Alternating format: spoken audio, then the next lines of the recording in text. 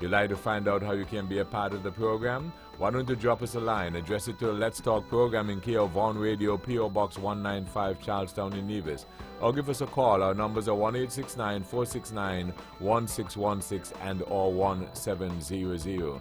By the way, those will be the numbers you'll use to be a part of this evening's discussion. Again, thank you very much for joining us. This is your voice in the community, Thought That Get Results. With regard to your participation in the show, we encourage you to call in the numbers listed, 1-869-469-1616 and or 1700. Here's a suggestion. You got a question or comment, perhaps you can get a pencil, piece of paper, write it down so that when you're getting in the show, you're well organized and you take as little time as possible so that we can accommodate as many of you as we can. We ask only, first of all, you respect yourselves and then respect others, because we will not accept anything we deem not within our broadcast standards. And also, you can join us via our Facebook page. Like us on our Facebook page, and you can see the live streaming of this show. Also, you can get us on YouTube. Go and subscribe to us on YouTube so that you can follow the show as well. On you go to YouTube, you subscribe, and then you follow the show live, the live streaming. Tonight,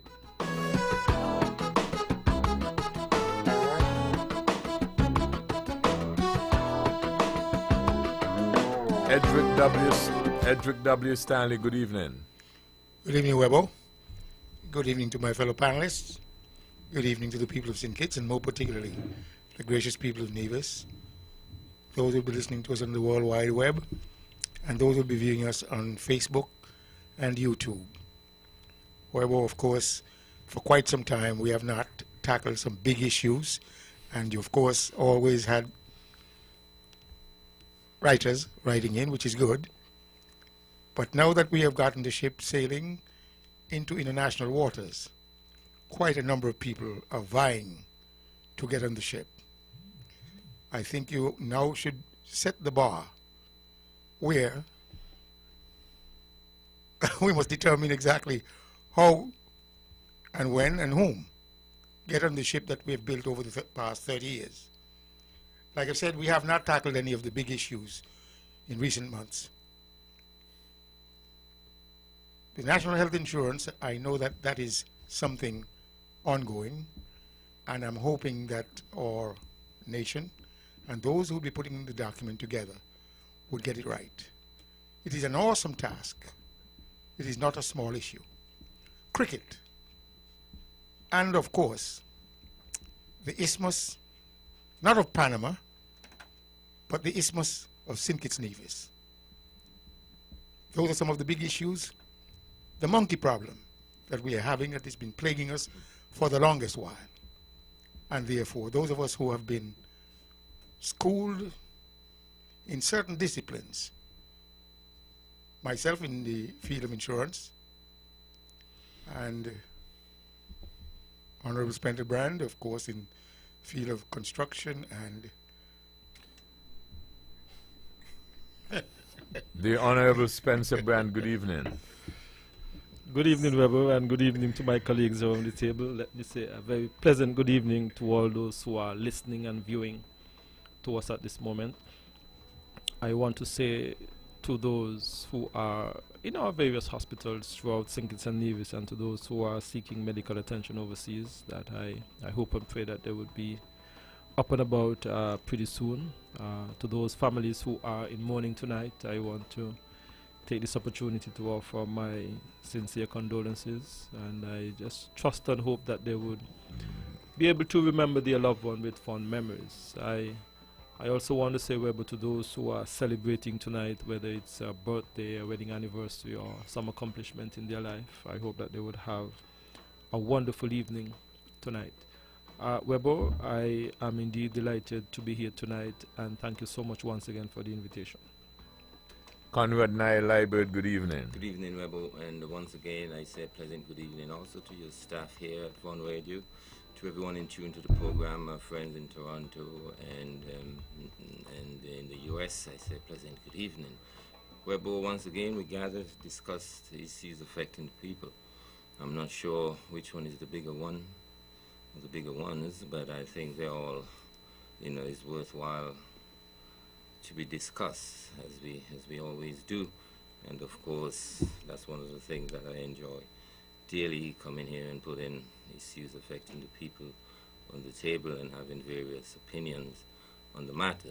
Hopefully, Webo, this discussion will impact on those who can enforce and make these policies to impact on the people in a positive way. So with great pleasure, I do this quite often every Tuesday night, and tonight I look forward to a very healthy discussion, as we always do, Webo. Dr. Patricia Bartlett, good evening. Good evening, Webo. Good evening to my fellow panelists. Good evening to the entire listening and viewing audiences. Special mention, good evening to Anne, Pam, and Mr. Martin in St. Thomas. Good evening to my husband and all the other good people who are listening and viewing in the USA, Canada, and the worldwide. Sorry. It's a pleasure to be here. Thanks for the invitation. Dr. Patricia Bartlett. Conrad Nye Liebert, the Honorable Spencer Brandon, Edric W. Stanley, they're the heavyweights there in, and let me say a very special good evening to Ted Hobson. All right? Maybe Ted can call in and give us some updates. We're looking at the screen, but maybe he can still call in and let us know whether or not Edric gets defeated before we leave here tonight or what. Okay, so Ted, have a wonderful evening. Okay, having said all that, I'm due for a break, but I was making a couple of notes here from Edric. First of all, I came with a notation here that I wanted to ask Ted, but then maybe I can ask Edric. I was looking at a little magazine, and I kept hearing this thing from time to time, well, all my life. And in this magazine, it's a promotional magazine for Nevis. And it says that it was applauding the education level on the island, St. Kitts and Nevis. And it says we have a 98% literacy rate. And you can call me dunce if you like. You can call me ignorant if you will. But I'd like somebody to explain to me what it really means. Because I've been always hearing it, but I never quite understand what it means. Dr. Bartlett, since you have a doctorate, you want to give a first shot at trying to explain to me. Keep in mind I'm kind of dense, but I don't know if I can make an impact on you, but my understanding of literacy. Well, okay. I assume that you're within the 98%, and so I don't want to take the liberty with you, to assume anything like that you're that dense. But my understanding of literacy is really that you could read and write. Full stop. And I don't go any further than that. and you think we're there at 98%? We probably, if they say so, I don't know what measure they use, but if they say that, I don't have any reason to doubt that we can read and write. We just can't reason. That is what I realize with our people. We cannot really analyze very well. But reading and writing, I think that we pretty much have that under control. Really? Edric, you want to take a shot at the same thing? Well, I would always say that the English language is not that difficult. And sometimes if we come upon a word, we just consult the source, the dictionary. I mean, we had... So that is what the thing means? That gives you an understanding as to what literacy means. And again, Dr. Bartlett mentioned the ability to read and write. And that, of course, is the hallmark of literacy. So, in other words, 9.5 out of every 10 people in St. Kitts and Nevis can read and write. That is correct. Okay. I fully believe that. Brand, you want to comment? Well, I want to agree with both Dr. Bartlett and Mr. Stanley. I believe that when we look at our education system, we must probably step back a bit and recognize that our forefathers were not exposed to what we call almost mandatory education from primary school up to secondary school until in the late 50s, 60s, thereabout. And in my opinion, that the idea of this 98% literacy rate, for me, is an indication where everyone would have been exposed to having an opportunity to get an education. The operative word you use is exposed to? Exactly. You deliberately use that? Well, yes, Weber. Okay. I often try to choose my words very carefully, but I deliberately use that. So that, Weber, in my mind, is an indication that the majority of our people would have been exposed to both primary and secondary education. And I am of the view that that is where this 98, I think Dr. Bartlett touched on a point there where she would have indicated that perhaps while we may have been exposed to this education, perhaps many of us at times are not so abreast of trying to reason. And I think that I agree with her with that, because sometimes I think that we often are not prepared to listen. We often are not prepared to have a conversation on certain issues, and I think that that is where the reasoning or lack thereof comes in. But 98%, I look at it that most of our people from the age of 5 up to 16, 17 would have been exposed to education, and thus that 98%. Exposed to. And you know, and Dr. Bartlett, Dr. Bartlett said that read and write, yes, reasoning we seem to have a problem, but that doesn't, Dr. Bartlett, you didn't cover that under the literacy, right? No. Okay. And Naya? Well, I can agree with that. It doesn't say much in terms of human resource. But I can agree with that, because we got free primary education. I think still things start getting bad when we enter secondary education. But usually, you know, your parents are so disciplined when you're small like that. You're so dependent and everything. You're so much attached to them. You usually obey them. And it's free, you know, as opposed to many African countries where primary education, secondary education, you got to pay. And I think that's a great downfall as it relates to human development there. But we have it free, so I mean, by everybody 7 years old, unless you suffer from some, dyslexia or some learning disability, everybody at the age 7 up to about 10 can definitely read. And as I said, it doesn't amount to human resource really, because I mean things get different, I suppose, when you enter the secondary school. But here's a question, though. I hear all of you, your explanation, and I'm glad that I asked the question, because now the question, maybe somebody wants to add their own take on it. Hello, good evening. Good evening. I would like to know, the referendum in Grenada, Antigua, and CCJ, the People Council. I just get some information that the referendum in Grenada has failed. So I want to know if you can confirm that for me. That's it. I think 1,200 voted against, and 12,000 voted against, and 9,000 voted for it. But he has failed big time. So I want to know if you can confirm that, or you can, are you following the one in Antigua already? But the one in Grenada has failed based on information I'm getting. Well, we can confirm we got that information that just failed as well. Okay, but what about in Antigua? We didn't get no information on that as yet. All right, thank you. So I was saying that in terms of the guidance or the understanding that each person has given in reference to the literacy rate. So I get the feeling sometimes, a lot of the times, it is being used almost to convey a different meaning. When I hear this is being used, how the literacy rate in St. Kitts and Nevis is 98%, it is almost used always to convey a different meaning. Anybody else ever got that impression? Different to what? Different to just being able to read and write. Oh, okay. And that's why I found it so significant that I pointed out that Dr. Bartlett pointed out something about reasoning. Well, yes, because sorry, I'll let you finish. But because sometimes I get the impression that persons who use it include reasoning in it as well. Yeah.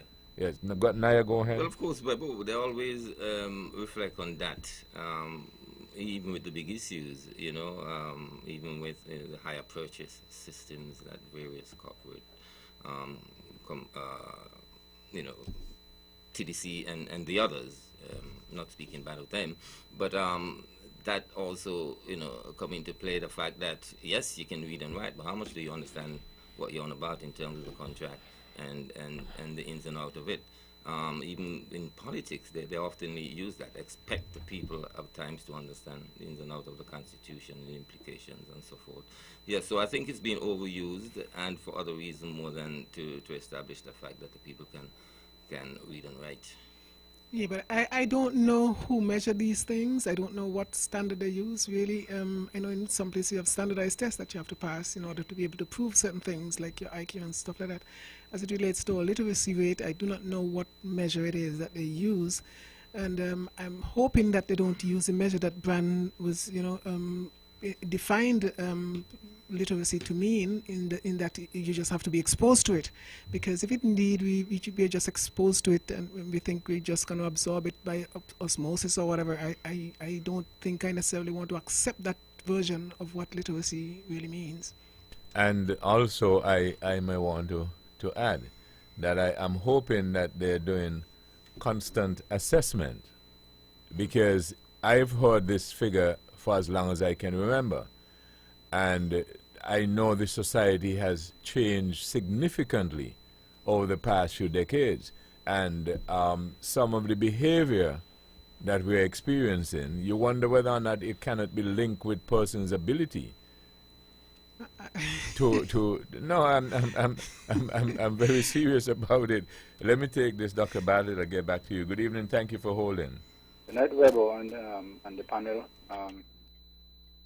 You know, we're talking about literacy and a very high rating in our federation. But I am here pondering in my mind and thinking that if a people is so highly rated, then what is happening in our federation? Does this this understanding have anything to do with the crime? Because I kind of think that when a person or people is highly educated, well, let me not say highly, but educated, I kind of think that they have a greater IQ, a better sense of reasoning and understanding. I mean, that is my take. Then, if we are so highly rated in the literacy, what is happening with the crime situation?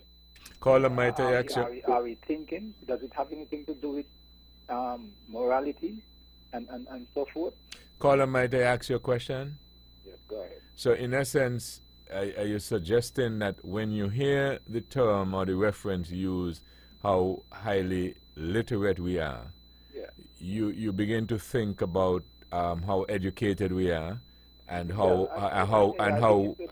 well. No, let me just and how well we can reason. That's what you're saying. Oh, okay, all right. Go ahead. We should. Mm-hmm. We should reason. Okay. I don't know what the panel take on that. Okay. All right. Thank you very much.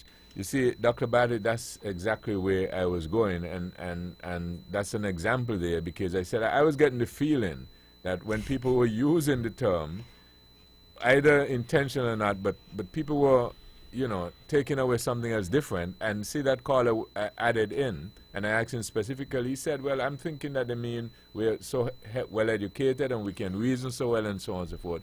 And exactly where I was going as well, he said, how does it link to the behavior in the society? Yeah, but you see, the thing is, there is a distinction to be made between literacy and civility, because it's just tonight I witnessed something, and between two grown men who, one of the individuals I went to school with, and I know he's quite capable, I know he's a bright chap, and this other chap, I know, you know, he's a businessman, and for some reason, they just, went at it for something very trivial, at least in my estimation it was.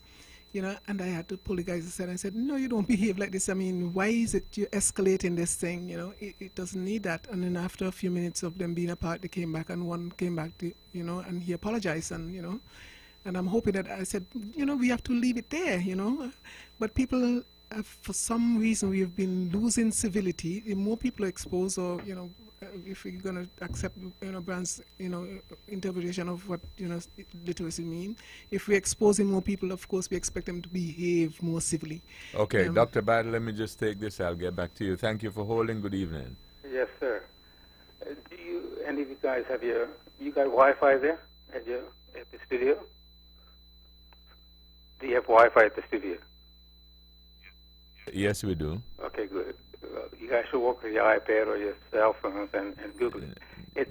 Literacy, it just talks about basically functioning, a basic functioning.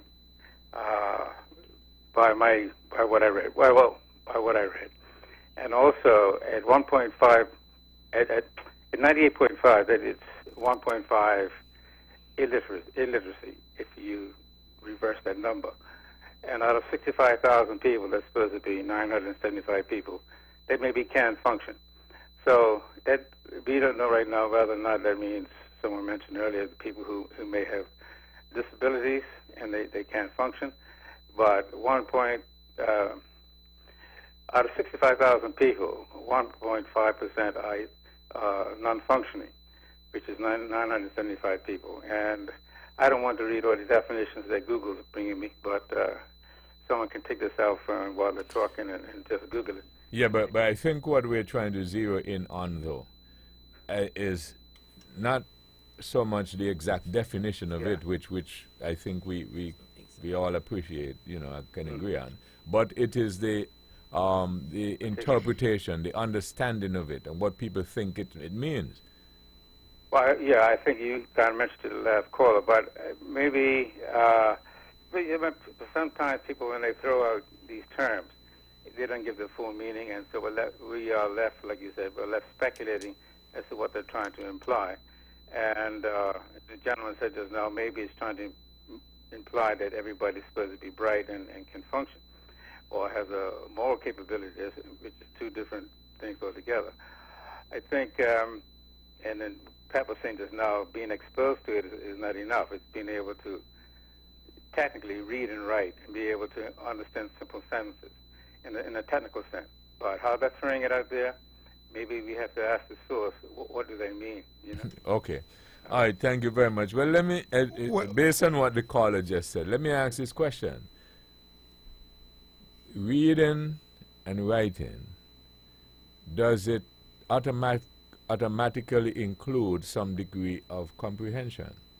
Obviously. Meaning understanding. Obviously, well, the application of literacy. No, sir. No. Not in the written form. In the written form, yes, but you and I can communicate by speaking, and I could not be able to read or write. You also can read and don't understand anything. Right, and you can read and don't be able to understand. Right, understand it. What would, if I could just respond just a little bit to what the caller said, because he was talking about what Google said in terms of functioning. Even people with dyslexia can function, because I've met people with dyslexia who could function. They can't read and write. Like the ordinary person, they figure out a way sometimes if they get special teaching. But it's not to say that they're not functional, because you have to then qualify what functioning means. And also, Dr. Bartlett, there are lots of people who cannot read and write but function and communicate well as well. Yes. Yes, Edric. Based on the term you used, literacy, it is the application of literacy which would impact not only that person, but all of us in society. And based on what you are attempting maybe to draw from whomever wrote that article, is that they may not be accepting the high level of literacy rate in our country based on other dysfunctioning attitude in our society, and consequently you begin to second guess the literacy rate, or maybe the author of the article might be second guessing the literacy rate and may even tie it to the behavioral attitude we have. This article, they were not, all they were doing is stating some facts and probably, you know, boasting, so to speak, how well the island does at being able to, if we say, read and write. Well, based on what's going on in our country, we know that we are functioning at a very, very high level. We are. In terms of reading and writing. Well, not only that. But what we want to producing, living, and you have various barometers, but you can see the application of literacy in our society. We are not a bunch of people who would... In terms of what? You mean the number of subjects we pass and so on? Well, that might be one barometer, but the other barometers... No, so is it one? That is one. Okay, so remember that 80% we spoke about? I understand that, so how then you're going to be able to use that? Because if we're only passing, if only 20% are passing, you know, the high number of subjects, how can you conclude that? And then the logic as well. You see, that is what I'm saying. I think that a lot of times we are probably using that to suggest to people it means something else. No? Well, no, Brian, you agree? Well, yes. But Weber, you said perhaps we are using it to suggest what exactly are we probably trying to suggest to people that it means? Well, how about we do this? Let Nevis be bright. Yes. The next time you hear it being used, and it is used very frequently. Yes, just think about it. Because I like to just allow people to do their own thinking. So the next time, I just want people to be very aware that when it is used from henceforth, dig a little deeper. Got you. Okay. Let me get a break and we come right back. This is Thought That Get Results with Edric W. Stanley, the Honorable Spencer Brand, Conrad Nair Liver, Dr. Patricia Bartlett. Your phone calls on 1-869-469-1616 and or 1700. You can also follow the video stream for this program on your Facebook our Facebook page, and also you can log on to YouTube and subscribe to us at Vaughan Radio and catch the stream as well. We're back after these.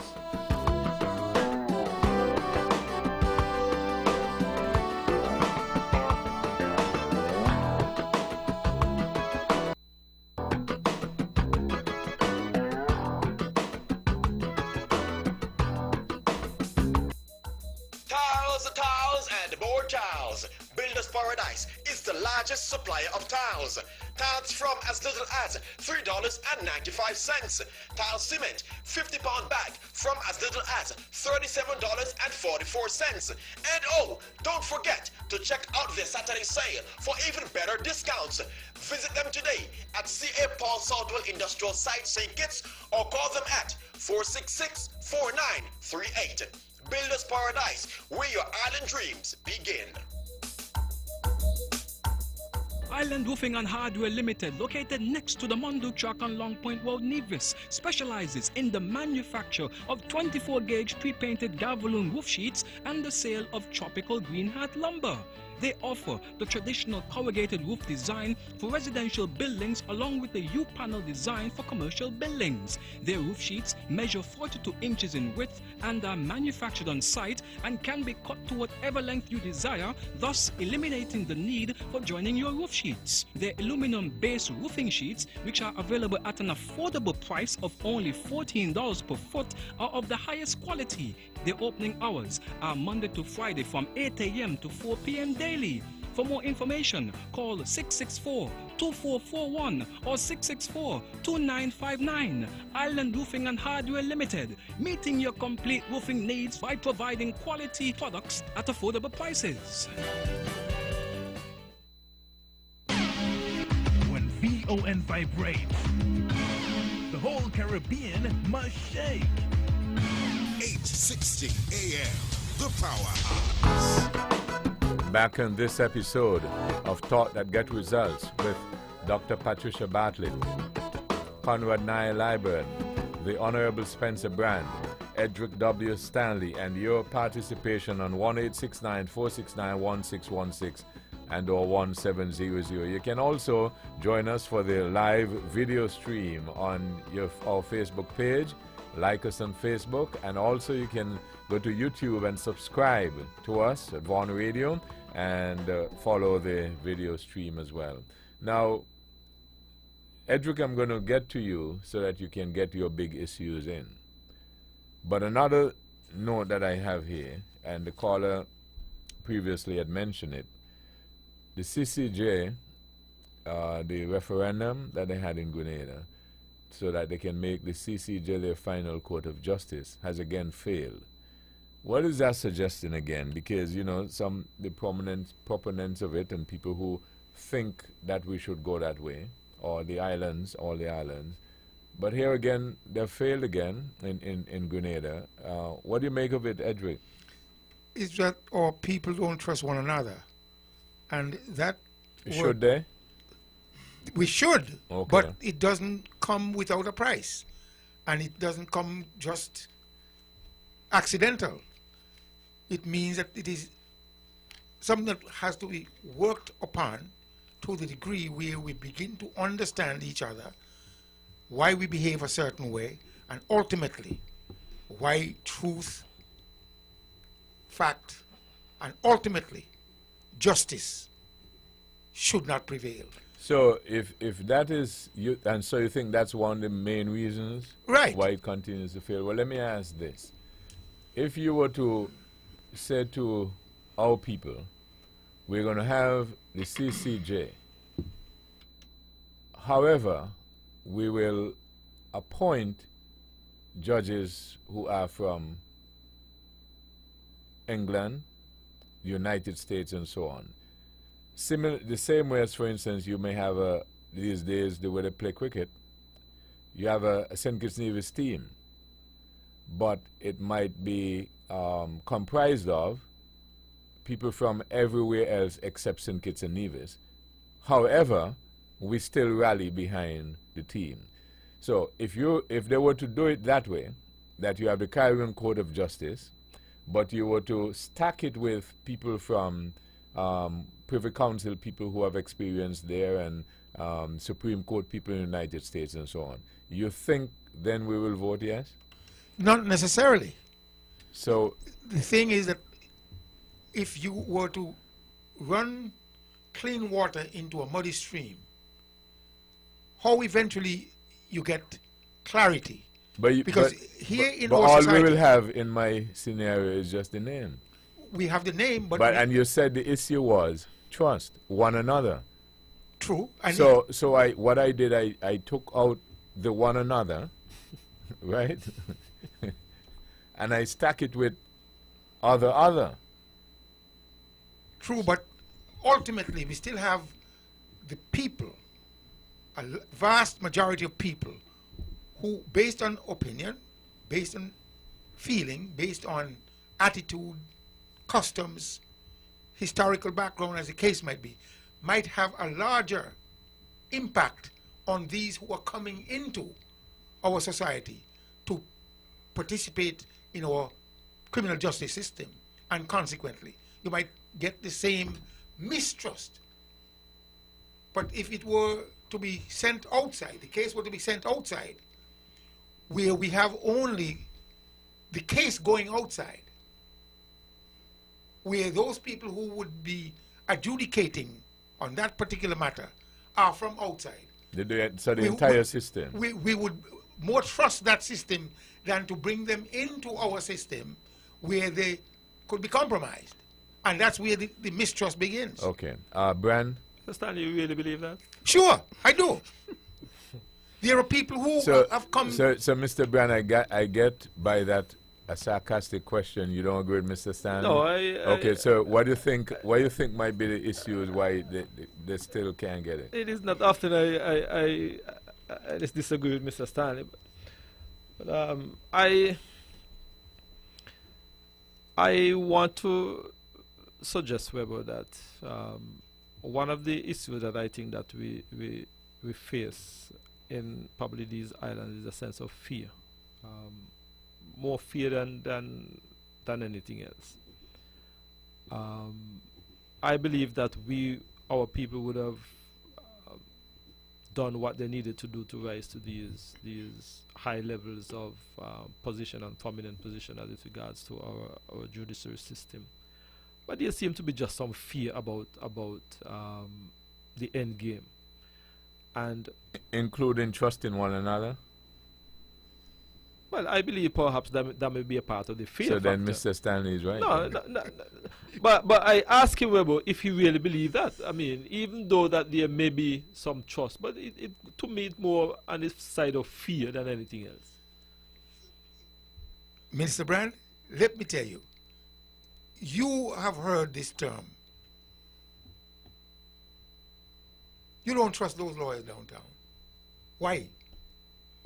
Naya said it here in this program, and I'm certain I've had the opportunity to have had legal advice, legal representation, and I know when something is going critically or terribly wrong, simply because of the system. So I remember a particular case in point, and when a lawyer went to the bench and told the judge that his client was off island, and he knew his client was not off island, I stepped out of the court very angrily, and I was chastised simply because I stepped out of the court very angrily. And I went and saw that client, photographed him, and came back to the court the next day. And when I confronted the lawyer, I said, this is a photograph of your client. You lied to the judge. So, and what the lawyer told you? I told him I'm going into the registrar's office just to ratchet it up. And you didn't go, right? I didn't. I know. You know why? You have to know which fight to pick. Because the lawyer should have asked you, when did you take the picture? Well, even so, he knew. He saw you? He knew. I know that he knew. Yeah. But did he see you take the picture? He didn't see when I take the picture. Okay, but he knew. He knew. How did he know? He knew simply because if you are a person who straightforwardly... So he knows you're a person with integrity. Exactly. And so once you say you just took this picture, you just took it. Well, he knew the day before. He knew the day before when I left. You didn't have any pictures. Right. And when I came back with the evidence... Ted would have been proud of me with this cross-examination of you, right, Dr. Barnes? Yep. I will tell you, you have failed miserably, Webo, because I tell you, but the judge sits up there in the chair. Brand normally is a good judge. In this case, I failed, Mr. Brand. I believe you have him. I believe you. No, Webo, I'm telling you that the judge can look at body language, and even though what you have just brought... Mr. Stanley, let me ask you a question. You feel that there is so much dishonesty in the system? Why? We are talking about what is this, Grenada? You feel that there is that much dishonesty in the system? Why some of these territories are still holding on to England? Brand, forgive me, but let me get in a light moment. So the judge can look at the body language and know that you took the picture 2 days ago? No, Webo. You're being facetious. No, but in trying to make your case, you brought up that point. I'm just saying to you, you're looking for fairness and ultimately the truth, fact, and the dispense. You know what you just did? You just did exactly what we started out with. When I said that a lot of times they use this literacy argument, they use it to mean something else. Anyway, Mr. Brand.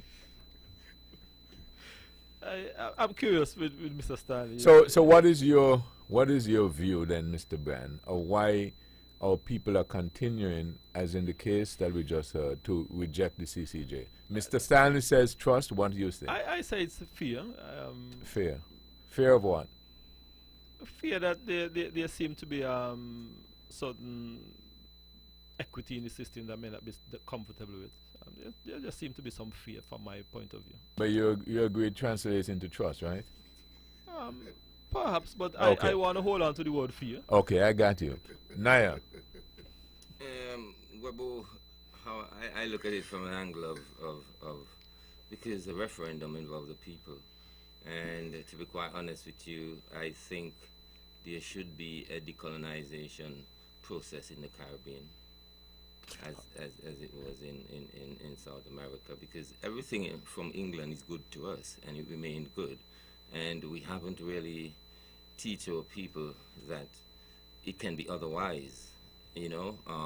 Even with the politics, I mean, once we vote for a candidate, then he go and get sworn in, and he say he's to the Queen, and the Queen hears and left the people out completely.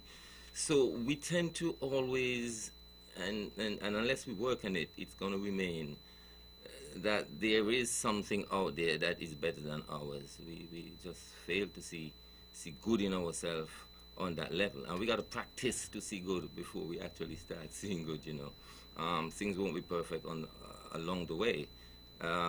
So I think as it relates to institutions like the Caribbean Courts of Justice, it suffers from that lack of decolonization process and knowledge of the people about what this is about. I mean, how much people really, how much of the 80% do stop and think about the implication of the Caribbean Court of Justice and all that? Most people think about survival and paying the bills and so forth, really. But Webo, yes, there is an issue of trust.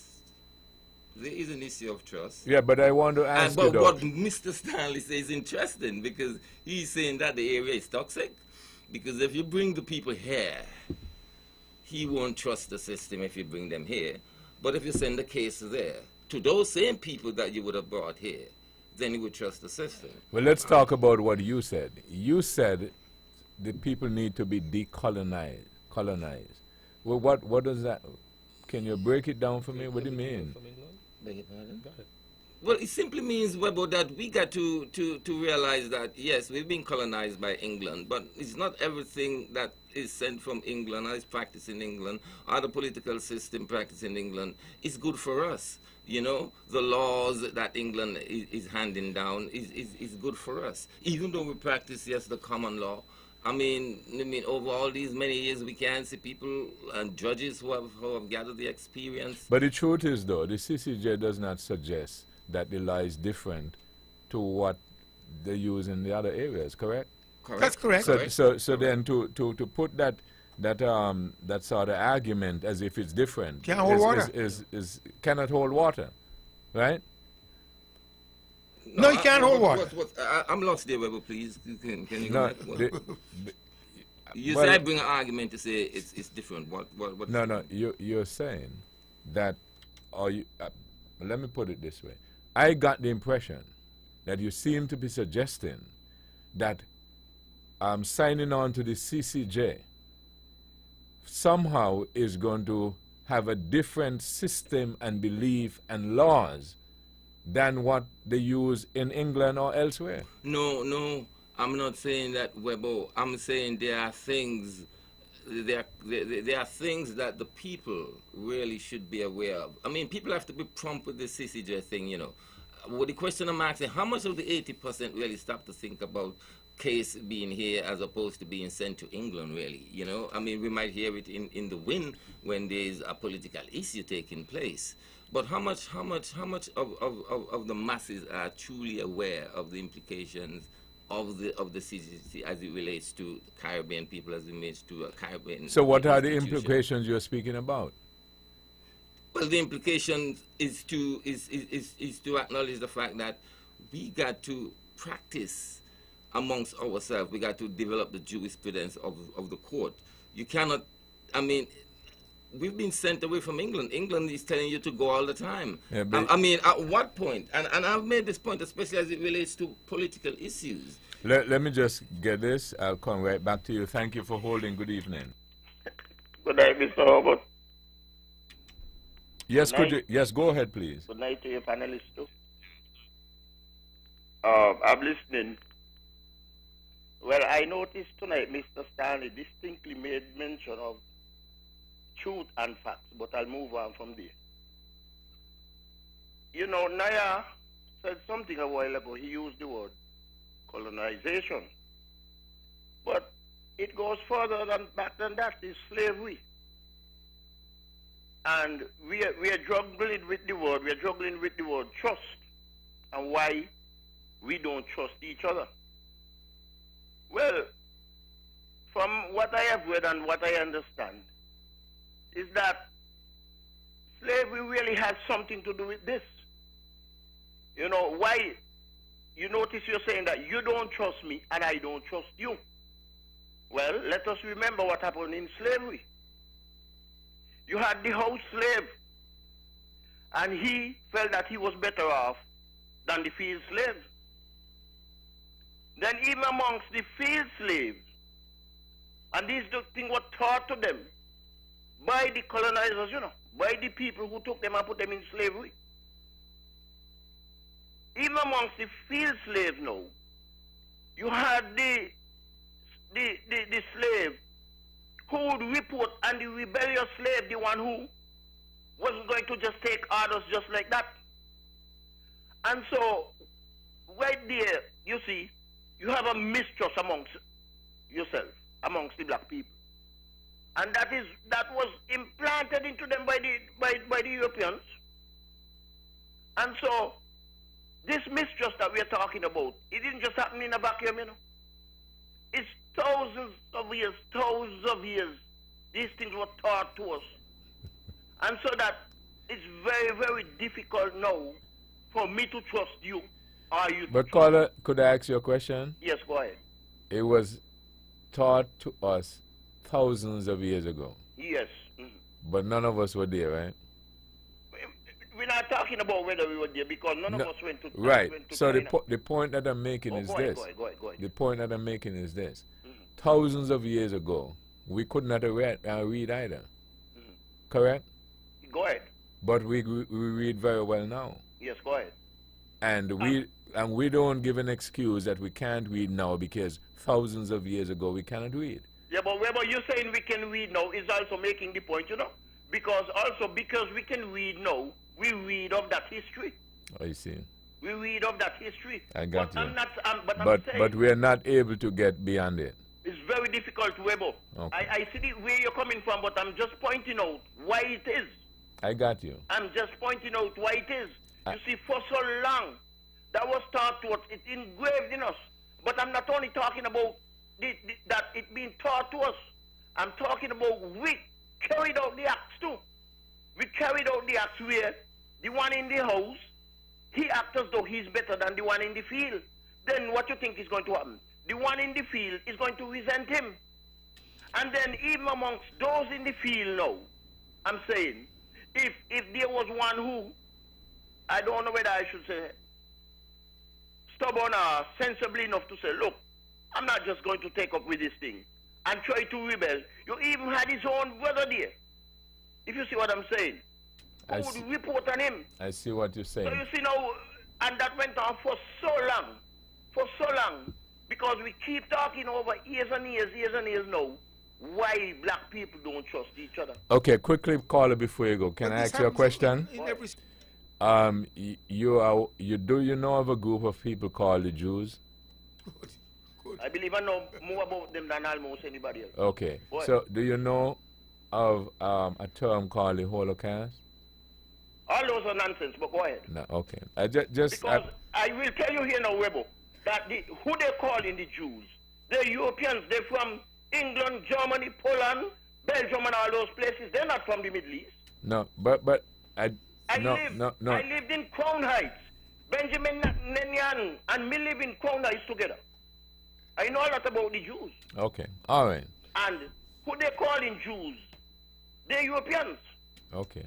I'm telling you. All right, I got you. Mr. Stanley, you wanted to say something. Thank you.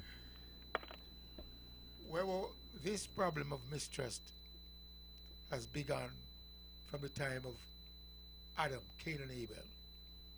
So somebody to bring it to the fore now as if it happened yesterday. It's been happening because it is something of human nature. Well, let me ask a question. Does it happen among whites too? Obviously. Okay. In every civilization, every race, no matter how you turn it. Okay.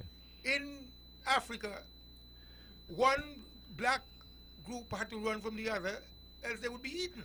Okay. Now, let me ask another question in reference to the same CCJ failure, you know. Has it anything to do with politics? How does politics play? Does politics have anything to do with it succeeding or failing?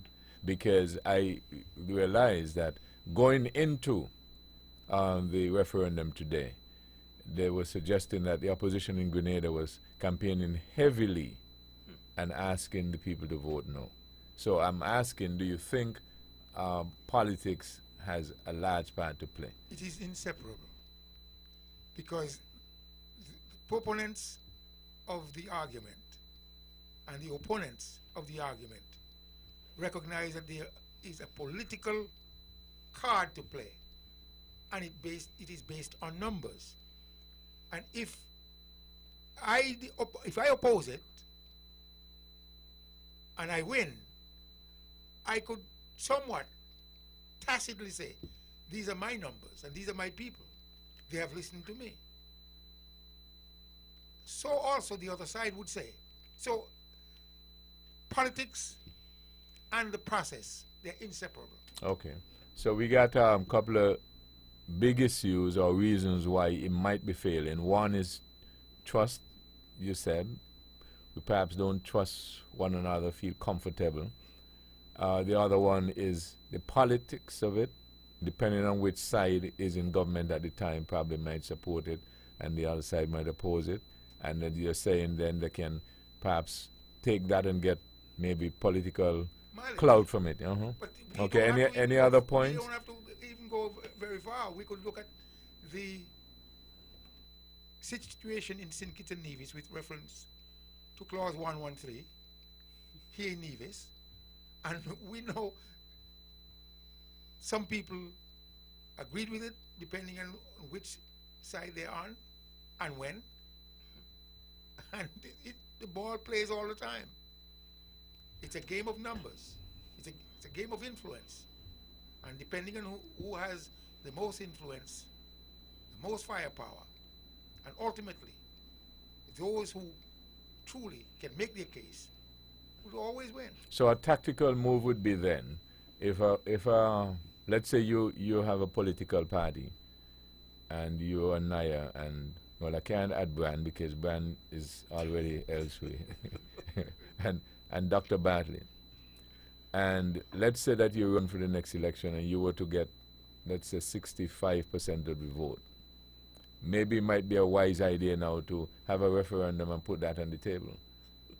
And then you probably might get it, because if it's tied, you know, no? To put, you have a referendum for the CCJ and propose it, and so it might go through at that point, no? Tactically, I said. To be honest, it is a barometer by which it is measured, by which the political event is measured. But okay, if it does, and you use that tactic, should you, taking into consideration what it is about? If it's a tactic.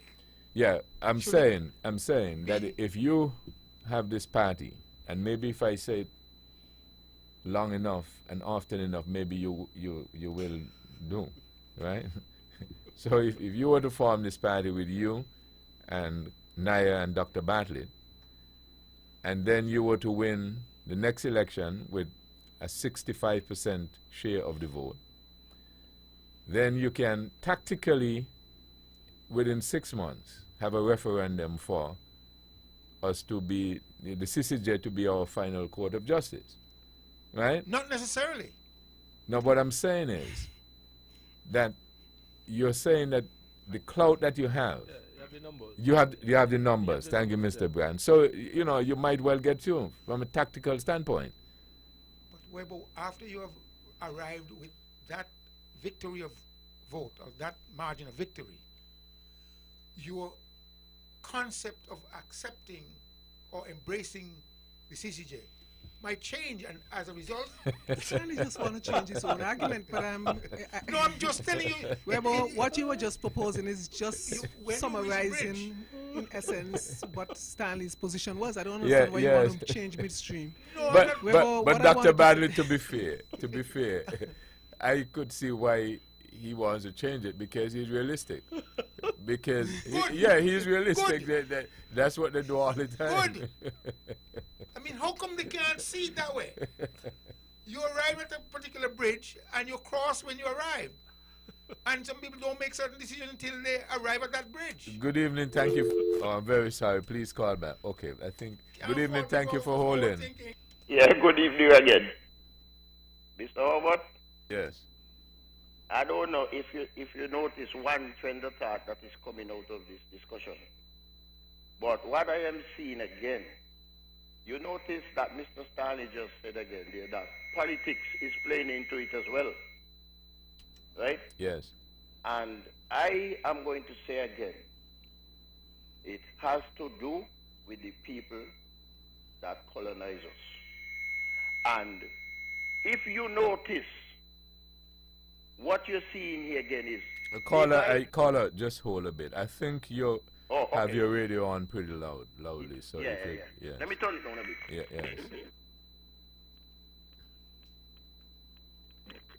Yes. Yes, that's better. So I am saying, right, it's the same tactics again of divide and conquer and rule. What I have noted clearly, I have looked at even our independence parade and all those things here. And what I see is that our political system is using the same model as the people who colonize us. In that time, they used to be called lords. Now, they are called honorable. The faces change, the name change, but it's the same model and the same system. So whereas in those days, we used to call the European lords, now we are calling the politicians honorable. But when you look at the model and the system, you see the same thing. And these things were taught to us to divide us up. Notice what Stanley said again, that most times, whenever the current government is in place, propose something, whether it's good, even if it's good for the country, the opposition will oppose. They don't want to know. Well, just like you was trying to tell him, when that opposition succeed and probably win the election next time and they go in, then you're going to find the reverse again. Those who were in government at that time was proposing is now going to oppose again. And I'm saying these are things that was taught by us for thousands of years, hundreds and hundreds of years, thousands of years. And let me say hundreds. And so now it's engraved in us and it's very hard to come out. Well, you may say, as you said, we are educated people, no one so on, but I was just simply making the point. I was just trying to show the cause of the distrust. We can move on from there, but I was just trying to point out the cause. And that is what I see over and over. Our political system here is modeled after the colonial system. Where you see, in those days, I look at it on the TV, I look at back from the colonial days, I see it's the exact same model. Caller, could I ask you a question? Yes, go ahead. You think if we change the political system, which is one different to the colonial system, you think we will behave differently? It's very hard to do, Weber. If those people who colonize us see that we're trying to move independent of their system, they will bring down our country. Trust me, they will bring our country down. Good night. Okay, good night. Dr. Bartlett, you wanted to get in? Yeah, I just wanted to go back to the vote, and it is interesting to note that sometimes these things fail, but if we do not try to poll the people to find out exactly why they fail and we bring it back, we probably might not meet with any better success the second time around. And it is true that in most places, most of the electorate I find not necessarily, and I think Naya made the point earlier, they're not necessarily in tune to those kind of issues. And they're dependent on their political leaders, to guide them in certain ways. And so naturally, they would tend to follow those, to whom they would have been, aligned even prior to the discussion, before the discussion started. Yep. So I don't think that it is appropriate. And when we get to that point, I'm hoping that the move is not being at least given impetus by the political, parties. This is something that is supposed to be done on a civic basis. We ought to have discussions, involving the civil society and not necessarily politicians, because the better or the far removed politicians are from the process, I think the better understanding people would have as to what it is we are going to embark on. If we approach it that way, I think we probably might have well, we end up with what the people actually would want in any event, But I think it gets a little distorted when we put politicians in the middle of it. I don't know what the concerns are necessarily for the people of Grenada. It could be that it has nothing to do with politics. It could be that people don't think that, well, people are projecting that if you have the CCJ, then you'll be able to hang people and, that kind of thing. I don't know if that is in any way related to the point that Mr. Van made about people being scared or I really don't know what the issues are in Grenada. So to sit here and pontificate as to why the measure would have failed. And I would want to just caution us, though, if we start taking responsibility for our own behavior, at what point, the caller kept making reference to colonialism, I think maybe because Naya might have introduced it, but at what point do we take, responsibility for our behavior? And if we're going to keep referencing the past, then I have, how I feel about history. But I don't know that we necessarily have to be looking back so much, or else I don't know that we'll be able to achieve the kind of successes that we potentially can achieve. We have to stop looking back and stop blaming other people for the way we conduct ourselves now. And I think it's about high time that we did that. But what I would really like to hope, really like to see is a poll being done in Grenada to find out why is it the people feel the way that they feel. So that they cannot succeed on the CCJ passing at least a referendum. Is it a 50%, 50 plus one? Is it? I'm not even sure if in their constitution it's just a. It is. No, this is going to be 50%. It's a 50%. I don't know what the threshold is. Yeah, but I just wanted to ask you, Dr. Bartlett, in terms of the points that you were making about taking responsibility and so on. Ain't it a way of life for us, though, that we, when we fail, or we don't do so well, we blame somebody else, and when we succeed, we take the credit? Well, I see it happen often enough, but I've really interacted with a lot of people who responsible enough or adult enough, to take responsibility for their actions, whether they win or lose. This is Thought That Get Results. Dr. Patricia Bartlett, Conrad Naya Liebert, the Honorable Spencer Brandon, Edric W. Stanley. Your phone calls on 1-869-469-1616 and 1700. We're back after these.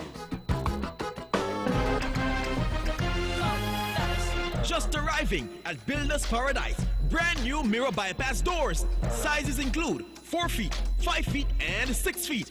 Oh, and don't forget to check out their Saturday yard sale for even better discounts. Builders Paradise, where your island dreams begin.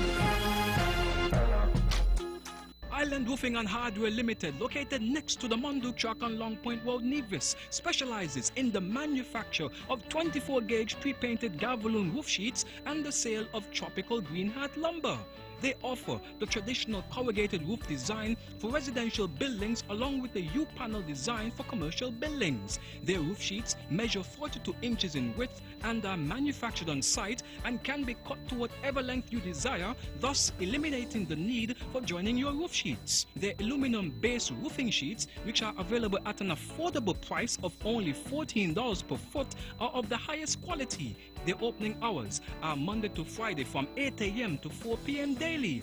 For more information, call 664-2441 or 664-2959. Island Roofing and Hardware Limited, meeting your complete roofing needs by providing quality products at affordable prices. With all the power from the tower, this is the powerhouse of the Eastern Caribbean, VON Radio, from the Federation of St. Kitts and Nevis. Back on this episode of Thought That Get Results with Edric W. Stanley, Conrad Nye Liebert, the Honorable Spencer Brand, and Dr. Patricia Bartlett. One of the big issues. Let me take this first before I go on. Good evening, thank you for holding. Yeah, well, I'm calling a lot of times today, but other people is not calling, so I will call. You know, Ms. Bartlett says that it's time that we take responsibility for our actions, which I agree. But we are talking about a national and regional issue here. Weber, isn't this the fact that those issues are handled at the top by the politicians? And then the politician would take the issue and pass it down to the electorate, but the politicians are the ones who have to do with these issues. I cannot get up and deal with those issues, Weber. Those issues will go through the politicians. Then the politician will take it and hand it down to the people in the way how they want to do it. Am I right? Is he right, Mr. Stanley? Well, the thing is, I think the word politician is used too often. Well, they're blamed for a lot of things. And I would say they're leaders in our society, and they're just like everybody else. It's just that we sometimes use that label with reference to throw the dagger at them. But obviously, if it's an issue that requires leadership. Exactly. And those people are the ones who obviously going to step into the role of leadership and guide the ball. Exactly. For whether it is wrong or right, whether it's good or bad, I cannot say at this particular juncture. But Weber engaged me in terms of responding to the issue at hand, and I'm just saying that the idea of labeling politicians, it's not a good word. It's like, Brand, you like the idea that you're a politician? I don't think you're a politician. I am agreeing with you. You're a participant in the process, but I don't think you're a politician. You might be a statesman for whatever reason. Go ahead, go ahead. And I'm just saying to you that those are the people, and you're correct, who would guide the ball with a particular subject matter of national interest. Okay. Exactly. All right. All right. Thank you very much. Mr. Stanley, why you don't want to label Mr. Brand as a politician? It's not a kind word. And I think Brand is a nice fellow. Okay. Weber, I think we're at we spoke about the 98% literacy rate, but that is not enough. You know, we can't just be able to read and write. We have to be able to recognize our space, you know, so to speak. And I think that is a failing of us as a people. We leave the politicians to do everything. And that's why we get taken advantage of most of the times, you know, because some of the issues, you say leaders, politicians are not all leaders, you know. There are people out there who could probably lead even better than the politicians and have quite a bit of influence, you know. But what happens is that we stay back a lot of times and we don't want to touch certain issues. Well, let me like ask I you. came here tonight because there's a particular issue that I decided that I was going to bring to the fore and have it discussed. Whether or not the politicians think it is appropriate and think that they're the ones who are supposed to lead on it, I wasn't going to wait for them to lead on it. Well, but that's the position that we are to take. We can't leave everything up to the politician. Everything is not political. There's some issues that ought to be addressed as a civil matter. Civil society ought to step up.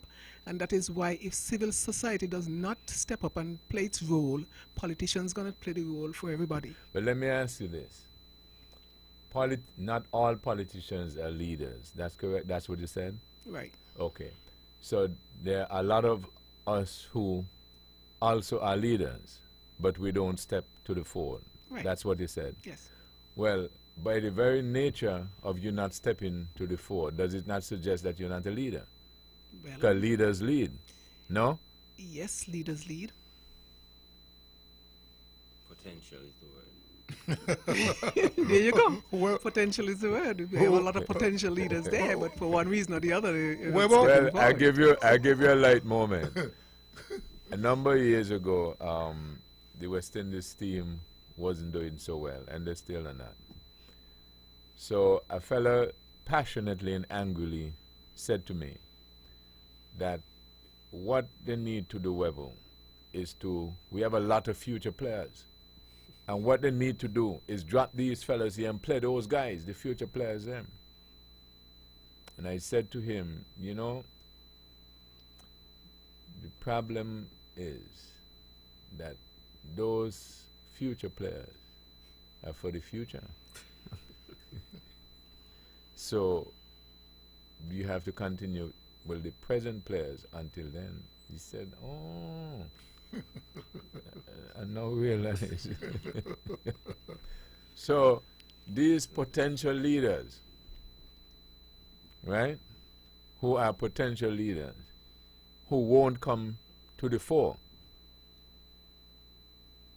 You see why we got the problem? Yeah, but not everybody want to get involved in politics. So it's not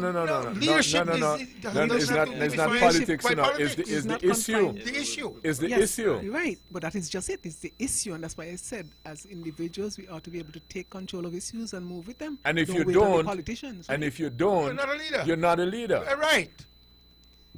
That is not so difficult a to lot understand. of people think that, for instance, that to effectuate or to accomplish something, you have to have a title. No. Not at all. Right, and I agree with you. There are circumstances that sometimes prohibit people from moving forward, you know, because a lot of us are quite hung up on our material things, you know, and how is it going to impact on me, you know, if the politicians, so because we know how politicians could be. And so a lot of people don't come forward, and I'm like, what you got to lose, really? Trump had one time, you know, what you people have to lose, Look, you know? let me tell you all something, right? Let me give you an example of how our people are. 2 days ago, I recounted something in the morning. Stanley probably heard because Stanley tells me he listens every morning. That's correct? I usually listen. So 2 days ago, I repeated something which was said by a pastor. You heard that? I didn't hear it. You didn't hear that, but you always listen. No, listen, Webber. You're catching there. He wasn't listening that time. Okay. Bye. Brian, you heard it?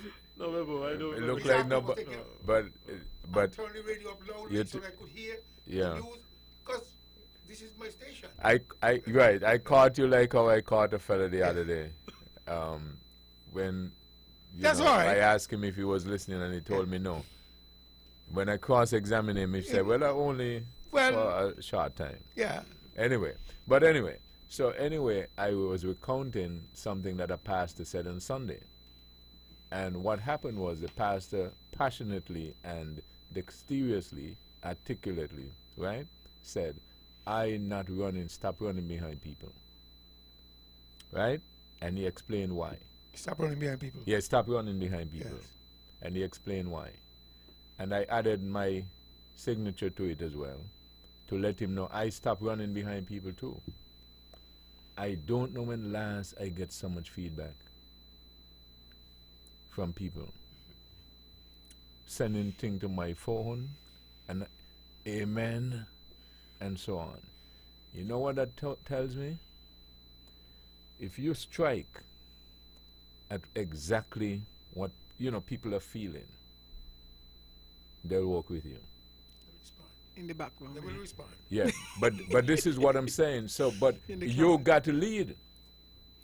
You have to lead, and they will give you the support. Yeah, Weber, so could I, on that note, can I just lead with something that I really wanted that is quite heavy on my heart tonight? Weber, I came here tonight and I decided that I made this decision during the week that I couldn't take what was going on much longer, that is. There's a situation in Pond Hill. I don't know if you realize that something is amiss over there. I brought it up a couple of months ago. At least in July, I brought it up here. And it was off air that I brought it up. And Mr. Stanley wanted to go on air with it, but I didn't think it was appropriate at that point in time, because it was a situation that I just recognized was developing in Pond Hill. We had in Pond Hill have, I think they have 151 individuals who live in that community. And this issue that I'm bringing has nothing to do with politics.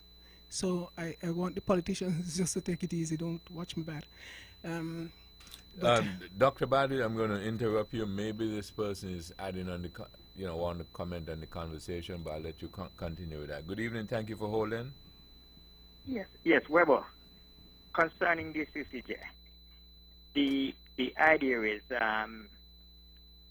it was done in Grenada referendum, and some of a lot more of these what they want, laws or what they want to change, should really be done by a referendum.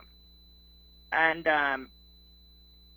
I could see that the Caribbean, I mean, it's not a big place, number one. And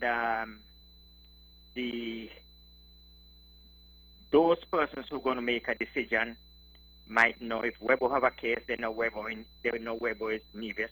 I mean, it's from Nevis and on the radio, whatever. And then, it's a possibility. I mean, we're talking about human beings. They might lean on your side, concerning the case. But then when it goes to England, nobody, I mean, those judges or those people who are making decisions, they don't, there's a chance, there's a greater, much greater chance that they do not know whose case that they're, I mean, they don't know the person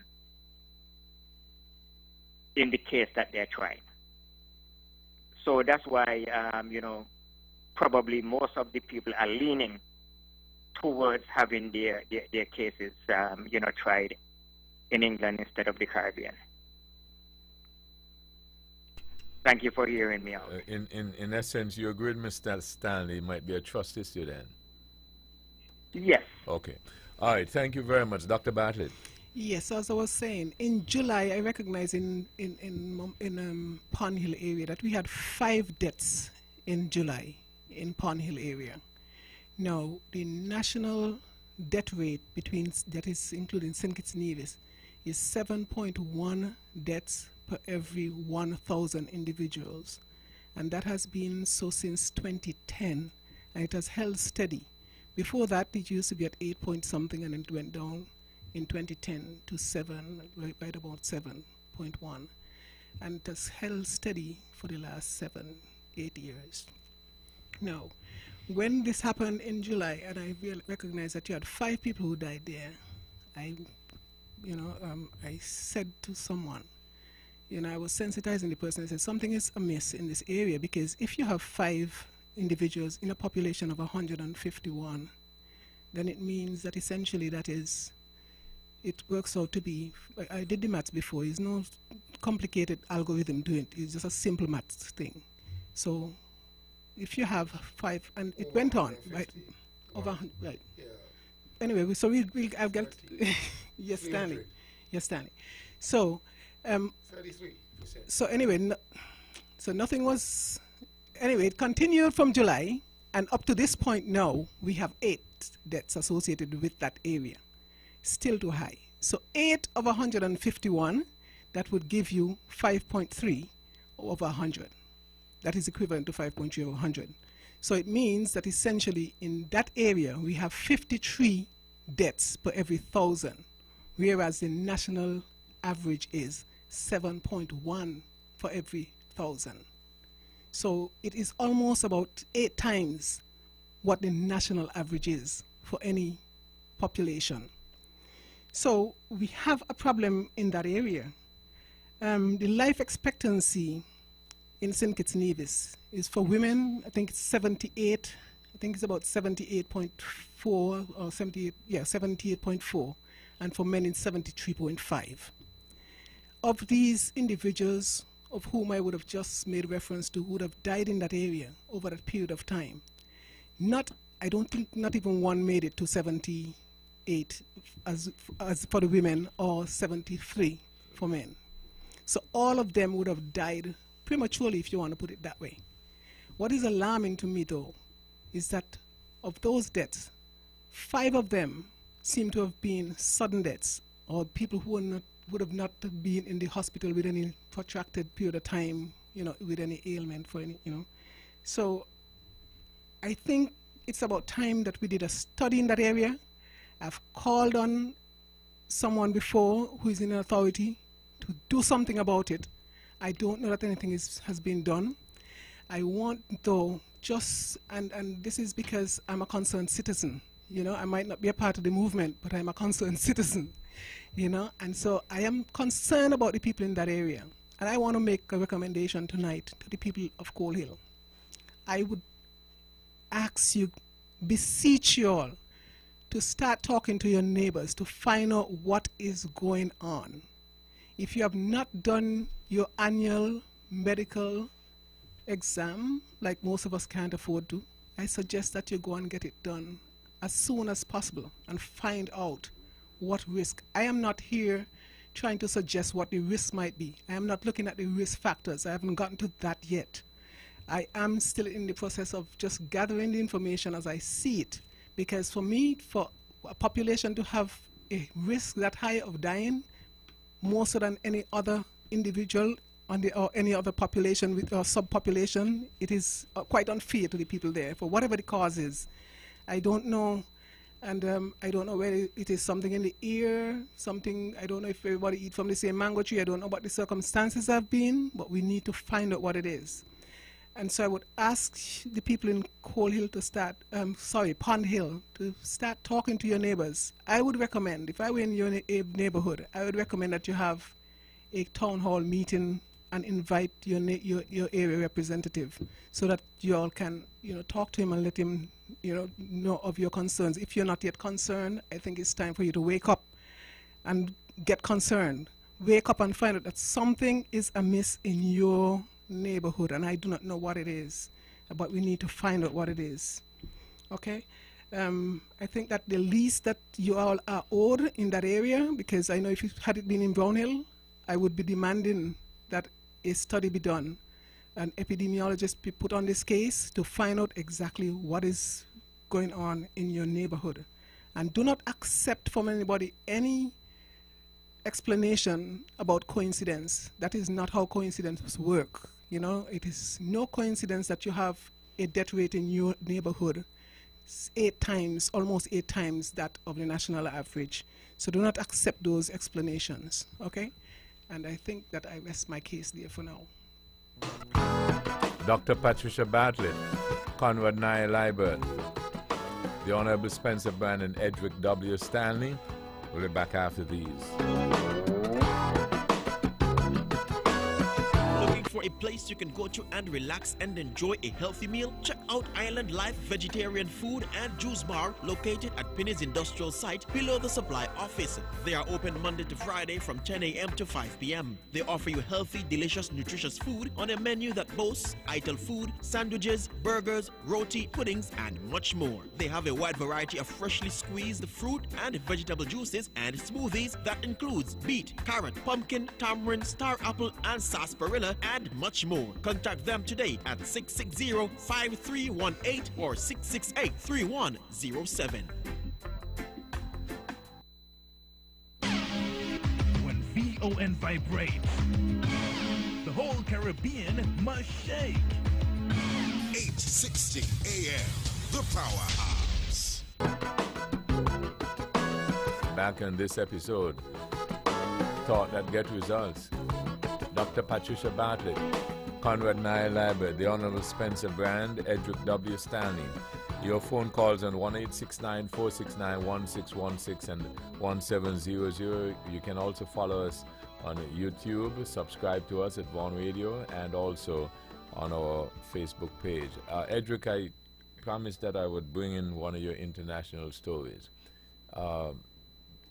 When we get off from here, at least when I get off from here anyway, I'll be diving into what's happening in another jurisdiction. Now, what I find is interesting, and I mentioned it this morning, President Trump, when he got into office, and then he, in some person's view, began behaving unseemingly, they had some major demonstrations. And he looked at them. When they asked him for his comment, he sarcastically said, "You all should have voted." Well, we heard the reports about the early voting, how the numbers have gone through the roof. And today, election day, how the numbers also have gone through the roof. So, it perhaps might be fair to say that people listened to him. They voted. At the end of the night, we'll find out whether or not he's sorry that he told them they should have voted. And when that night is finished, and the other thing is, because I always try to see what I can learn, or how, if at all, those exterior instances or circumstances will affect us. So that is why I'm asking you now, what do you think is going to happen there, and whether you think it will affect us in any way. Maybe we can learn some stuff from that. Maybe when folks here realize politicians behave in a certain way, maybe they should vote. It's always nice for the democratic process to work at its fullest. And in that regard, people should always go out and vote.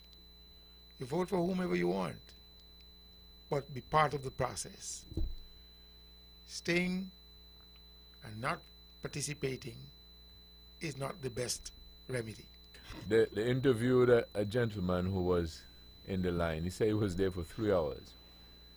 They asked him, why you wait so long and you haven't gotten to vote yet? He said, because I'm going to vote today so that I don't complain tomorrow. And I made valid reason. I made a note of that. I'm going to vote today so that I don't complain tomorrow. That is a very, very valid reason. The other thing I made a note of is that, you know, they do great polling in the United States. Sometimes it works, sometimes it doesn't work. But for the most part, you get a good guide. So it looks as if your president will lose the House, and it has certain implications. So late today, they did an interview with him, and they asked him what he thinks after the midterm, after today, how he think he will go forward. I've never seen him so somber. Yes, you did. You saw him before. When? When he was at the White House, when he there and knowing that he should not have won. I mean, he was like a caged mouse. Yeah, but the point is, go ahead, Webo. I didn't see him. Oh, all right. I don't know. Why does everybody do me that? Okay, just a light moment.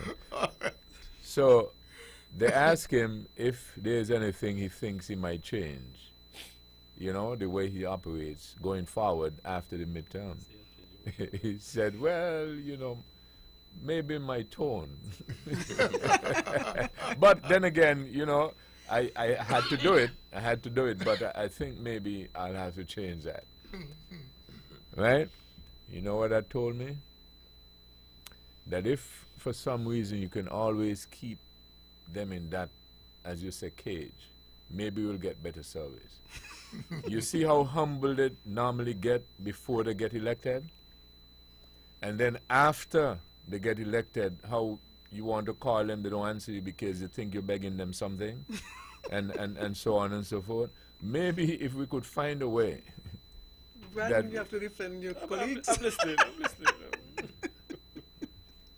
The only person I heard mention her name was Dr. Bartlett. You agree with that? You all agree with that? Yep. Oh, okay. Right, but you see, the point that I'm making, though, is that I just wanted to highlight that incident, and so you all can look at it after tomorrow going forward, depending on what happens tonight. Quite so. Because if he loses the House, now the Democrats can go ahead and investigate and investigate and investigate. We'll see how he behaves, knowing that he doesn't have the full House behind him, to see whether he still continues, you know, with his bombastic, you know, attitude and so on and so forth. So I find this very interesting. Edric. Okay, I just want to make a comment on what Pat mentioned with regard to that area, and I do not know how the job factor in terms of stress has impacted on these individuals, because based on what I know, they all worked, and of course they have departed this life at an earlier age than the Bible has prescribed. At the same time, it may not be food related, as well as it can very well be. They are at that top of the hill, and I can't suggest the volcanic activity of Montserrat and all this other stuff. You know but what at the I same time, yeah, you know what I don't want us to do? speculate. Thank you. There you go. Yeah. So But- I appreciate Yes. Dr. Bartlett raised the Yeah. point, and I think it's Yes. a good point. So Yes. the authorities and others to begin to maybe look at it and But so from on. an actuarial standpoint, the insurance company is going to probably pick it up and look at it from that area as to exactly what's going on. But could be stress related. Bravo. They have more stress than Yeah, anybody yeah, else. Mr. Brand. Well, Mr. Brand. If I may, in response to Dr. Bartlett, the matter that you would have put on the table tonight, let me just say about that the cabinet of the Nevis Island administration is aware of the concern that was raised by Dr. Bartlett, and we like I said, we are aware of the concern raised by Dr. Bartlett, and a number of suggestions are presently on the table as to a way forward in terms of trying to ascertain as to exactly what is the situation there in that area. But I just wanted to say to Dr. Bartlett that the cabinet is aware of the concern, and it is something that certainly would be explored further. Where would that sound like like the earlier explanation he gave for literacy? Once you're exposed to it, you're literate. Well, you know, the information put forward by Dr. Bartlett is very, very, it is one of great concern. Speculation, no, but one always, you know, tend to stretch one mind and try to imagine what could be amidst there, what environmental circumstance can exist there. Coincidence, it's difficult to wrap up that in that envelope. But such things, it will be interesting to know what they can come up with. But it's quite easy to rest that cases of that sort, and just continue living. And to be honest with you, let me not be pessimistic about it. I think, whereas I encourage an investigation into it in a big way, and I hope we have the expertise to really check out, the whole area, environment, and whatever is to be checked out. And but I do feel it's going to be pushed under the table. Edric, you had a lot of big issues you said you want to put on the table. I've taken care of my lot that I wanted to put. So, well, let me just make this comment. So you don't have your big issues again? Webo, I said, let me just make this comment, and let's cross every bridge as we arrive at that particular juncture.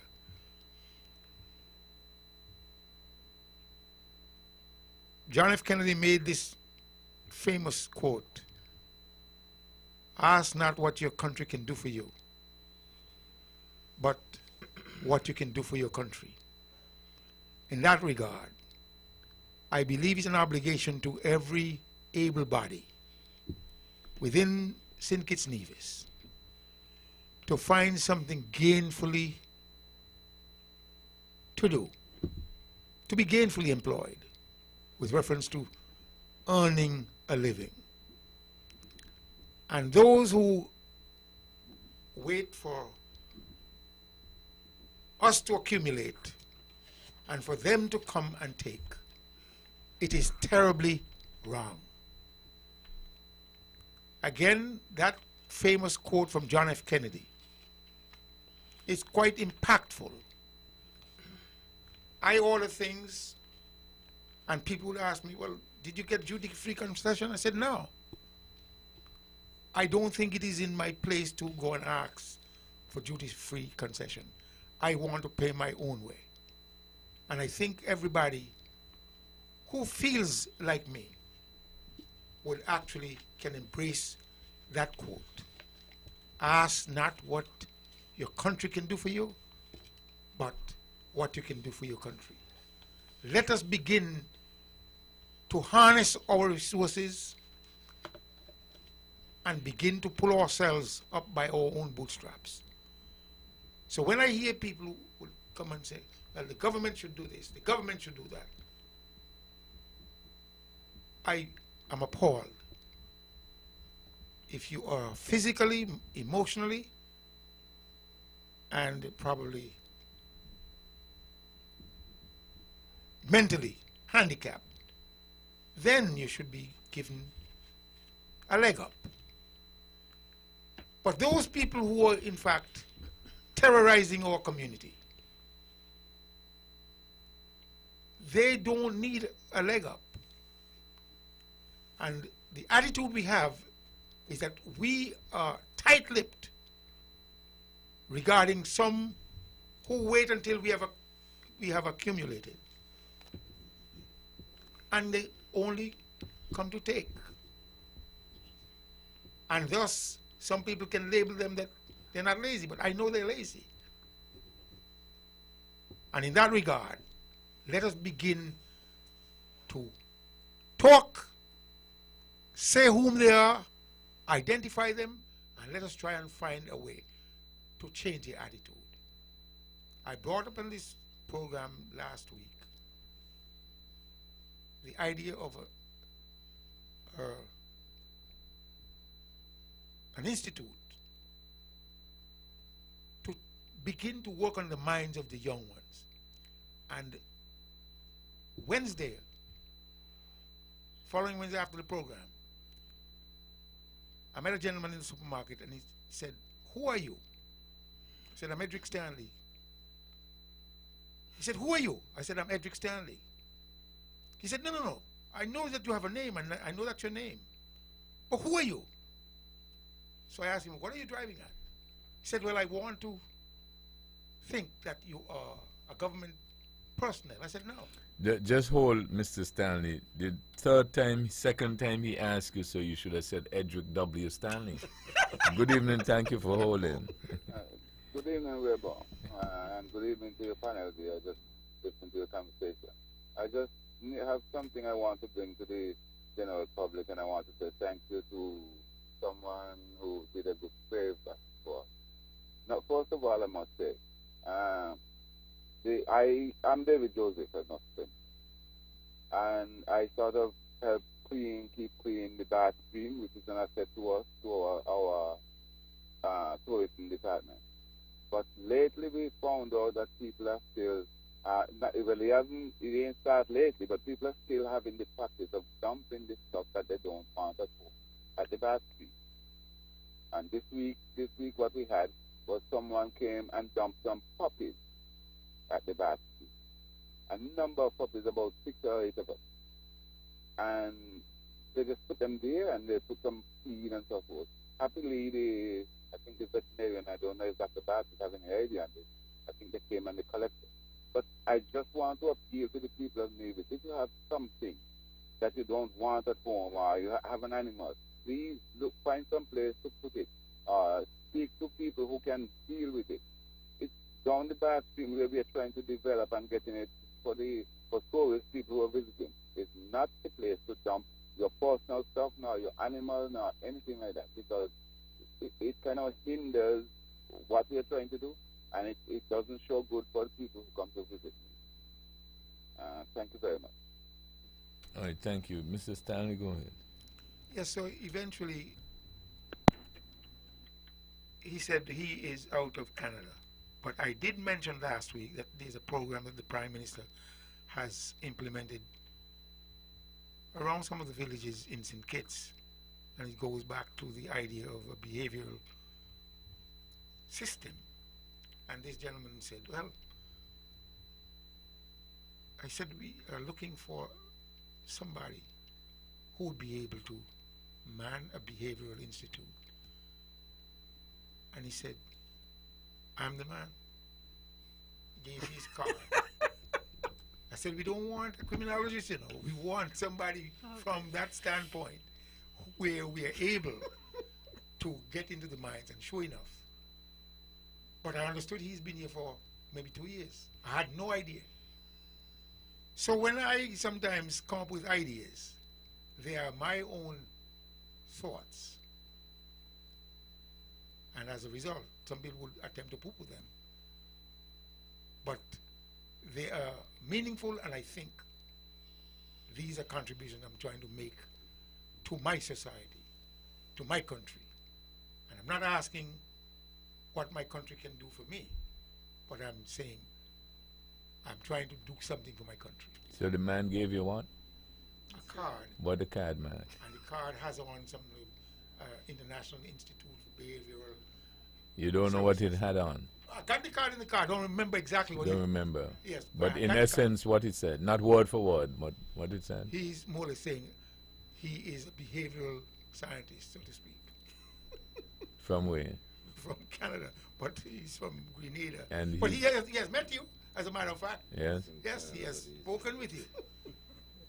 He spoke with me? Yes, he has spoken with you. And what did he tell me? I don't remember what he told me, but he said he has spoken with Weber, the head honcho of Von Radio. Okay. And as a result, this is right up the alley of my thinking. Yeah, I have a history of that. People would always tell me. So sometimes people, and sometimes people think I'm facetious, but somebody will ask me, Weber, how are you doing today? I say, you tell me. When I get off the So they'll say, well, what do you mean? I said, because people will tell me that things that I say or did, which I didn't know. When we get out of the year, I'll bring the card and I'll show you, and you might be able to identify who. No, I'm with you, you know, because I'm just checking because I know of your worth. And that is why earlier I said, in using a hypothetical, I said perhaps you should form a party along with Naya and Dr. Bartlett. So when I say things, this is, as you said, this is heavy metal stuff. But I've always said I have no desire at this particular juncture to get back into the political race with the expectation of earning a seat. You think? But at the same time, I told the gentleman when he asked me, "Don't you work for government?" I said, "No. I'm going to work for government, the only two positions I want would be the premier or the prime minister, or both." You understand? Because the buck stops with me. The buck stops with me. Yeah, well, let me ask you this: you would like to be a dictator? The definition would of you dictator, like to be a dictator? Yes, I know. No, no, Webo. But the connotation of a dictator, based on historical measurements, has not been very good. They have been ruthless, and as a result, many of them have been thrown on the trash heap of history. You would have gone into deep thinking, and you would have come out with good thoughts and ideas, and you, in fact, bring them to the fore. Some people, simply because of whom you are, would not go along with your idea, because with a envy, grudge, bad mind, as the case might be. But a dictator, no. But someone with ideas that I think can help, count on me. What about a donor to good causes, like the one you're proposing? I've been donating all my life. Do it all the time. I've been donating all my life. So I'm just saying to you that think not what your country can do for you, but think what you can do for your country. And if we practice that, then every able body. Sometimes when you ask for a duty-free concession, it's to put yourself in the position that you can do something for your country. You made mention of that you don't ask for any concession at all. Well, and if everybody was like you, then, you know. But that's why not wealthy like him either. So why would he want it? It has nothing to do with wealth. It means that you must apply yourself as to where you are, where you want to go, and how you're going to get there. It has nothing to do with wealth. Wealth is subjective. I mean, we went through that a few weeks ago. So let's not go back there now. I'm just saying that we must understand the heavy load the country has to carry with reference to health, education, roads, you name it. As a result, the wealth is in the private sector. Government collects only revenue, and that revenue must be spent on the citizenry, and in my view, must be spent, well, apart from salaries and supplies in a certain way. But the government, just the other day, I heard they attempting to dish out $500 per person for people who are below certain wage level. I think it's not the best idea, and some of these people are able bodies, and if you ask them to put out a little more effort, they would find it not difficult to be able to amass that same $500. But if you attempt to give as a government, people will take. And I'm saying that we've got a lot of people within our country who are physically and mentally able to be productive and to be able to pull themselves up by their own bootstraps. But if you bring in this idea of being benevolent, spoken like a true Republican, yeah? Then people will continue to live on the dole. Do you think, Mr. Stanley? People can't live on $500, Mr. Stanley. Mr. Stanley, do you think the restrictive policy imposed by the government as it relates to vendors selling in town? Now you come a little closer to the Do you think, microphone. Mr. Stanley, that the policy that relates to vendors selling in Charlestown is restrictive to entrepreneurship? No. Initiative that you're talking about? Everybody finding something to do? That policy is to on the one hand, tell people that we have to keep a certain decorum, maintain a certain decorum, a certain environmental cleanliness with reference to the vendors. They have provided a place for the vendors. The market is there, isn't it? And I think the vendors who are capable of going to the market should go to the market, but they believe they've got an added advantage to the potential. Yeah, but I don't see the congestion, though. I've been hearing this debate. I don't see the congestion in Charlestown at all. But it might impact on people who got to pay rent in their stores. They say the sidewalk is for walking, but I don't see the vendors in any way causing an impediment for people to walk in Charlestown. I mean, on what day? You guys going on like Charlestown is a busy town. But if sometimes the vendors add some splendor and color to the town. But if they yes, sometimes it does. That might be true, but that's not. And in many islands, I mean, there are vendors in the town. I mean, that doesn't make it right. I'm not saying. That's to not me, right for the us. policy is restrictive. That is not a restrictive policy at all. Restrictive policy. It's a policy that doesn't give consideration to people who entrepreneurship and little initiatives and an exercise of commerce. What's a marketplace? A marketplace is where buyers and sellers meet, But it's not that you can do it all over. But to me, when you look at Charlestown, 50 years from now, is a ghost town. I mean, where in Charlestown there's congestion? 50 years from now, right where you are going to be, somebody going to park right by in front of your place there to be selling. 50 years from now. I'll put a yellow line. You'll put a yellow line? Yeah. But people will still break that code. That's what yellow lines are for. I'm just saying to you. I don't see people breaking much yellow lines in Charlestown. I'm saying to me and talking to people, the policy of preventing people and restricting them from Fridays and Saturdays. But to me, Friday is the time when everybody in town. So when you give them the chance to sell on Fridays, isn't that compounding the problem of creating an impediment on the sidewalk? But what I'm saying to you that everybody should go to the marketplace because no, everybody can't go to the marketplace. Why? The marketplace is a place you can get full with people. In terms so of therefore, that limited stall there. Allow them to expand and find another place as a marketplace, and therefore, once you are known, people will find you. If you're selling a good product, people will find you. If you have good prices and you are able to market your stuff properly, people will find you. I know a lady has gone into bushes, into the jungle, and opened a restaurant. And people have found that restaurant. I'm saying to you. I understand that, but that is something completely different too. No, a person having a little excess. I mean, a father didn't support a child for so long that he sent some school books, he sent 250. And the parents just said, look, I need to sell these school books. And she's breaking the law, going down on Charlestown and doing that. So she goes in the market. There's a place for it in the market, though. But the market I would agree limited with you. Stall. If everybody goes to the market, there's no place in the market. Word the of market mouth can't hold everybody. That is word of mouth gets around very, very fast.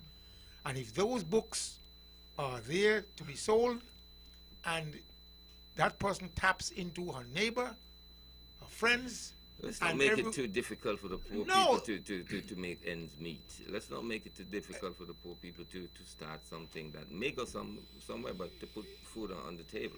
Naya, you came here a few years ago. Of the people. It's the same 80% you guys trying to implicate and control. No, you came here a few years ago talking about the same kind of handout. And I'm saying to you, handout? What handout? He's not talking about. Not now. I'm totally against handout. Not now. I'm not a guy who's into handout from nobody. Not now. Government. I had to tell you years ago. Hey, look, everybody got to pull themselves up by their own bootstraps. I'm saying. And why you prevent those who find themselves attempting to do that sometimes in Charlestown and accusing them of breaking the law? If they pull themselves up by their own bootstraps, you got to move away from government. You got to start your thing. You got to commerce. That's what it's all about. True, but if it's a restrictive approach. If you are in a place that it is a ghost town. I mean, what is Charlestown? Charlestown is not a ghost town. Charlestown has nobody. That's subjective. Walking through Charlestown. I mean, one lady called, say, you come to Nevis, on a Sunday morning and saw Charleston was so bustling. You know, I could never forget that statement. You know what I mean? that was a mercy. This program repeats tomorrow at 10 o'clock following the VON News Minute. Join the Honorable Mark Brantley tomorrow evening at 8 o'clock for On Demand. Thank you all again for joining us. This is your voice in the community. Talk that get results. You all have a wonderful evening. The views and opinions expressed in the preceding program are solely those of the